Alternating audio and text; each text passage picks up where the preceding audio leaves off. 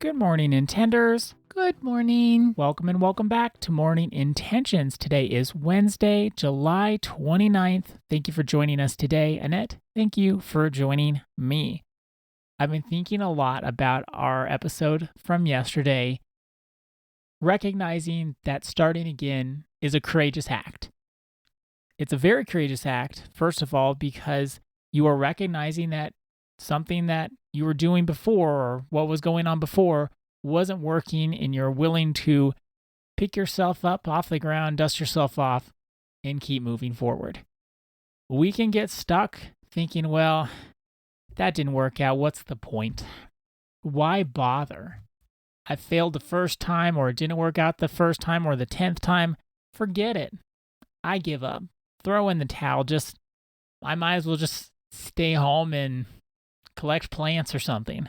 Like, we can have that attitude that, well, it hasn't worked out so far. What's the point of trying again? So if you're starting again, remember that courage. It takes courage to keep on going in this life. The second thing that has come up for me as we are talking about starting again takes courage and the courage to start again, I would like to normalize the fact that we all will start again at some point. It's not a unique experience that only a few people in the world go through. Starting again happens to every single person at some point. Life is short, but it's also very, very long. In that length, we will find ourselves in crossroads and recognizing that what worked before doesn't work now, and so we have to start again and go in a different direction. We could lose our home to a fire. We could get divorced. We could lose our job. Anything can happen to anybody. Starting again is not unique. So I want to normalize that that's the truth, because I think that will help people, whether you're the starting againer person or you're around someone who's starting again. This is not a personal moral failure. This isn't, well, if they just did something better or different, they wouldn't be in this position right now. Maybe not. Maybe that's just part of life. That hero's journey that we talked about, was that last August? Almost a year ago? Could have been. I can't remember. Well, it's either August or September. One of those two. We had a whole month of the hero's journey. Well, the hero's journey isn't a one-time thing.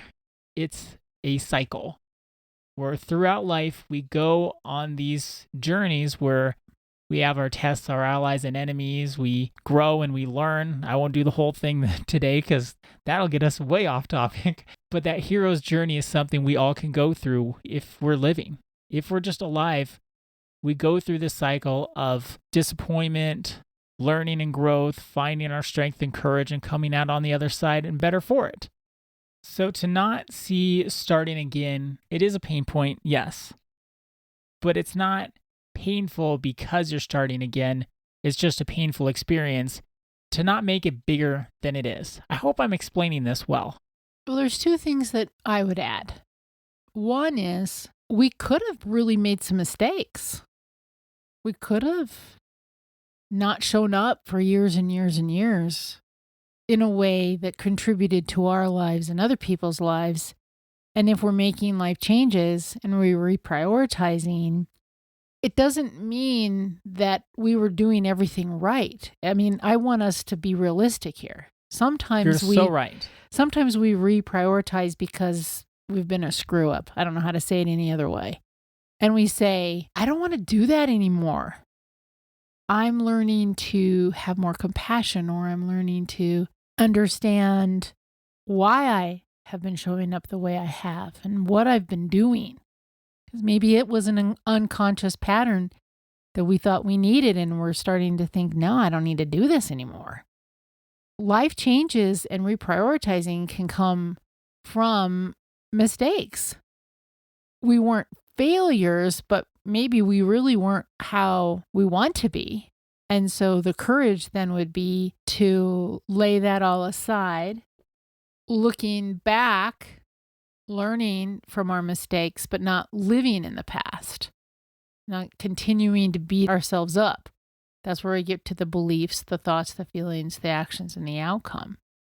So that's the first thing that I would say. The second thing. Hold on, before you get to that second thing, you're so right. The entryway to life changes, reprioritizing, can be a rather large funnel, like a very wide mouth funnel, where it can be so many different paths. You could have been a screw up. You could have made mistakes, and then you're like, gosh, I never want to do that again. Maybe you were trying really hard and it just didn't work out. It could be anywhere in the middle of that. Those are probably the two extremes. But life is not always black and white. There are those shades of gray. And then, yes, we want to recognize how we got to where we got to, and then also pick ourselves up and keep going. Right, because like you say, life is short, but it's also long. And when we have this recognition that we haven't been showing up well, and we're willing to do the work, then let's just do it. We might have to make amends.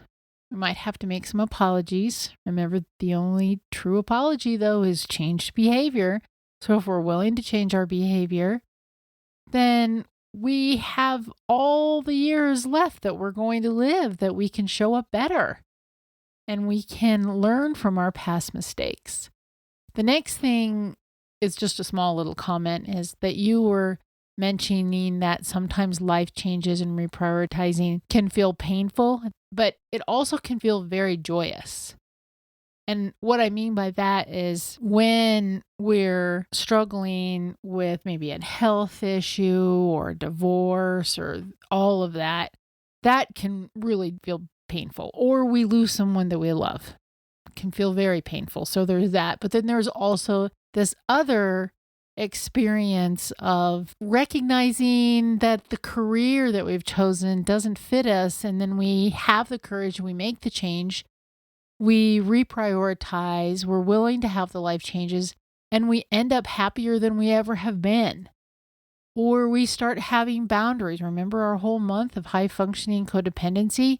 When you have high functioning codependency and you're willing to look at that and have courage to change, 2-3 years later, you'll be happier than you ever have been, because you're not holding yourself hostage by trying to do all things for all people and minimize your own needs and all of that. So I just wanted to bring up those two things. I appreciate you bringing that nuance to this conversation, those asterisks. It can feel easy and more secure to just say, well, life is like this, or to make life changes and reprioritize, you just do this and you're fine. That's not the way life works. It's never just the easy 1, 2, 3, 4, 5.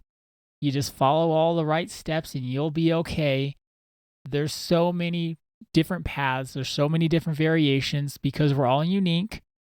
So to bring this to light that, yes, we can have this little thread that we're following. We can say, starting again takes courage, but then bringing in all those fine details, that's how we can make the experience unique to us.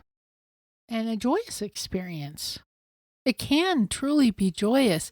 Maybe not in the moment, but when you look back, you can say, I'm so thankful I had the courage to make the change.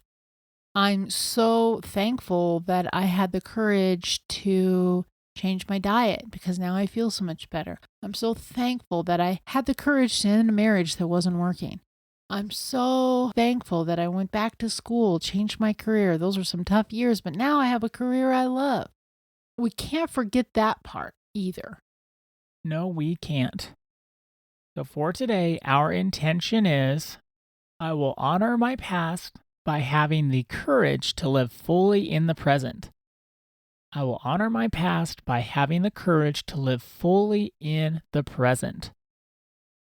Thank you so much for joining us today. Our day is better because you are part of our day. See you tomorrow. See you then.